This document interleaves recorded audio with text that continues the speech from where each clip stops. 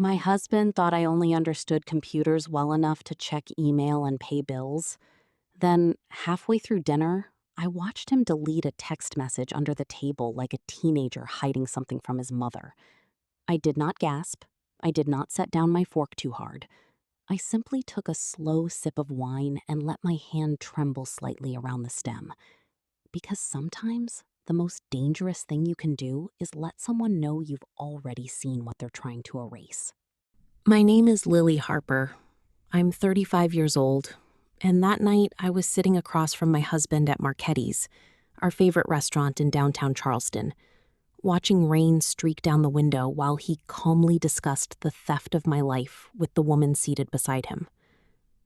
I run Whitfield and Associates, an architectural restoration firm I built from a card table in my garage 22 years ago into a company worth over $40 million.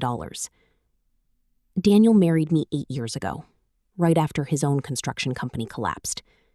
He took the title Chief Operating Officer and started calling himself my co-founder at parties. He has never owned a single share.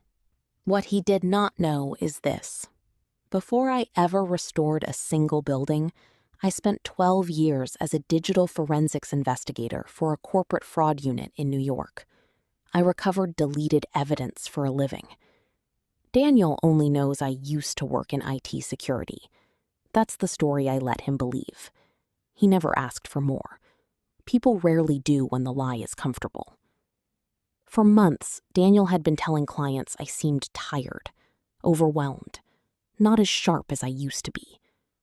He'd squeeze my shoulder in board meetings and say, "She's had a lot on her plate," in that soft, concerned voice that made everyone in the room look at him like a saint. That was something I'd learned about cruelty a long time ago. The most practiced kind never sounds cruel out loud. It sounds patient.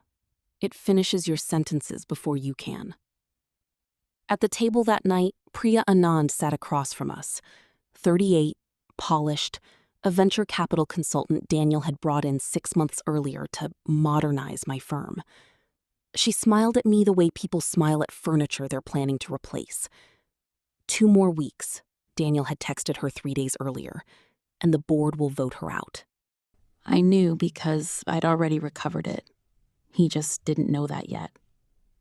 It happened on a Tuesday in October. Rain was hammering the windows of our house on Sullivan's Island. Daniel left his phone charging on the kitchen counter and went upstairs to shower. I had 90 seconds. I plugged in an old recovery drive I'd never bothered to throw away, tucked in my desk for 8 years, and pulled every deleted message between Daniel and Priya. My hands were steady. That surprised me. What I found wasn't modernization. It was a plan to undervalue my company by half, force a buyout, and have me declared mentally unfit so I couldn't stop them. There was a message from 3 weeks earlier. Once Dr. Reyes signs off, the board has no choice. I didn't know who Dr. Reyes was yet, but I was going to find out.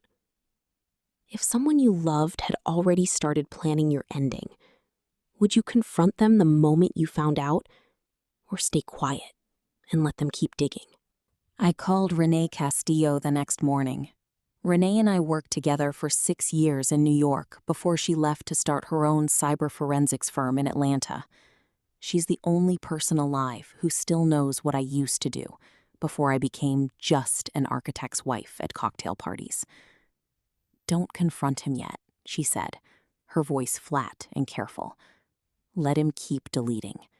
Every message he thinks disappears is evidence sitting in a folder, waiting for us to open it." She was right. Confidence makes people careless. Over the next 6 weeks, Daniel and Priya moved $2.3 million out of my restoration budget into 4 shell companies registered under Priya's cousin's name. Renee traced every dollar. I recovered every deleted text. We built a folder 3 inches thick, and Daniel never noticed a thing. He was too busy performing. At the company's fall gala, in front of 200 guests and our entire board, Daniel stood at the podium and announced I'd be stepping back for health reasons. I sat at our table, let my champagne glass tremble slightly in my hand, and stared at the tablecloth like I didn't understand a word. I called a longtime employee by the wrong name. I let my voice trail off mid-sentence. I gave the room exactly what Daniel wanted them to see. He kissed my forehead in front of everyone. "She's had a hard year," he said softly, and the whole room believed him. They had no idea I was recording every second on a device sewn into the lining of my clutch. By the time a person is declared helpless, the people around her have usually been rehearsing that story for months. 3 weeks later, on a cold Thursday morning in December, Daniel and Priya sat across from me at a conference table with 2 attorneys, a bank representative, and a stack of documents built to hand my company to a shell corporation for a fraction of its worth. Snow fell outside the office windows. Daniel placed a pen in my hand. "Just sign here, sweetheart," he said. "It's routine." I looked at the pen. Then I looked at him. "Before I sign anything," I said, "I think everyone in this room should see something." I connected my tablet to the screen behind me. The first thing that appeared was Daniel's text from 3 months earlier. 2 more weeks and the board will vote her out. The room went silent. Then came the messages about Dr. Reyes, a psychiatrist Daniel had paid $40,000 to write a false cognitive evaluation without ever meeting me. Then came the financial trail, the shell companies, the $2.3 million. Priya's face went white. Daniel shot up so fast his chair hit the wall. "This is illegal," he said. "You can't—" "You deleted every message thinking it would disappear forever," I said, my voice steady for the first time in months. "You forgot one thing. Deletion only hides something from people who don't know how to look. I always knew how to look."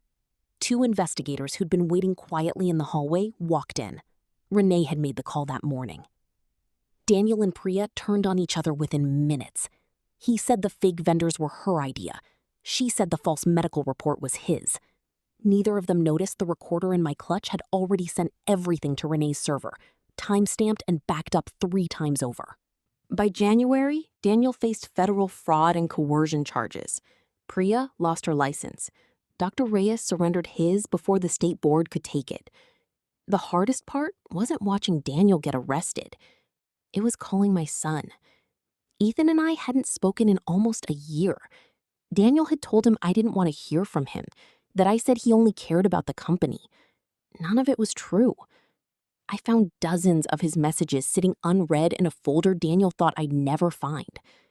On a cold February afternoon, I drove 3 hours to Ethan's apartment in Savannah and knocked on his door, holding the printed pages in my hand. We sat on his kitchen floor for 2 hours, reading every message Daniel had hidden from both of us. He cried, I cried. It wasn't a movie ending. It was slow and awkward and real, but it was ours again.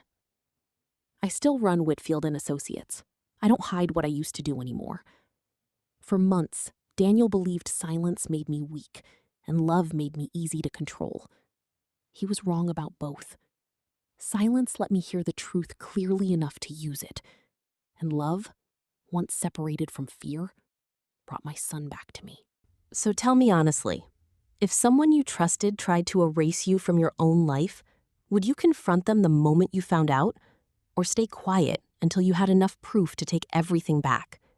Comment your answer below, and subscribe if you believe patience can be the sharpest form of revenge.